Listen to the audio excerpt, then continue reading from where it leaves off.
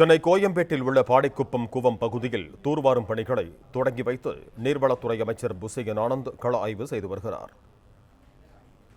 இது தொடர்பான கூடுதல் விவரங்களோடு இணைகிறார் எமது செய்தியாளர் ரகுபதி. வணக்கம் ரகுபதி, உங்களிடம் இருக்கும் தகவல்களை சொல்லுங்க.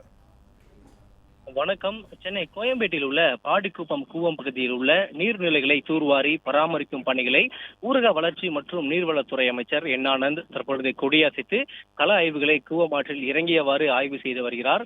பொக்குழ இயந்திரம் மூலம் தூர்வாரும் பணியை கூவம் ஆற்றில் இறங்கி ஆகாய தாமரை அகற்றும் பணி உள்ளிட்ட பல்வேறு பணிகளை அமைச்சர் தற்பொழுது ஆய்வு செய்து வருகிறார். கூவம் ஆற்று பகுதியில் சுமார் 21 கிலோமீட்டர் நீர்நிலைகளை தூர்வாரும் மேம்படுத்தும் பணியினை நீர்வளத்துறை அமைச்சர் தற்பொழுது கள ஆய்வு செய்து வருகிறார். திருவள்ளூர் மாவட்டம் கூவம் ஏரியிலிருந்து தொடங்கும் கூவம் ஆறு சுமார் 71 கிலோமீட்டர் நீளத்திற்கு பாய்ந்து மெரினா கடற்கரையில் கலப்பதாகவும் வழிநெடுகிலும் ஆக்கிரமிப்பு, ஆகாய தாமரை படர்ந்திருப்பது போன்ற பல்வேறு காரணங்களால் நீரோட்டம் சரியாக இல்லாததாக இருப்பதாக கூறப்படுகிறது.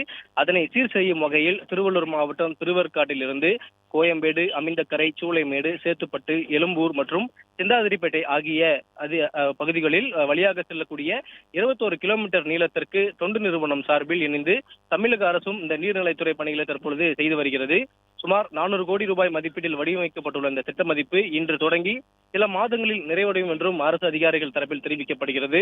ஆற்று பகுதியில் நீர்நிலைகளில் இருபுறங்களிலும் கழிவுகளை அகற்றுவது, ஆகாய தாமரையை அடியோடு அகற்றுவது போன்ற பணிகளை தற்பொழுது அமைச்சர் ஆய்வு செய்து கள பணியில் ஈடுபட்டு வருகிறார். பிளே ஸ்டோர் மற்றும் ஆப் ஸ்டோரில் இருந்து பாலிமர் செயலியை QR கோடு மூலம் பதிவிறக்கம் செய்யுங்கள். செய்திகளை உடனுக்குடன் பெறுங்கள்.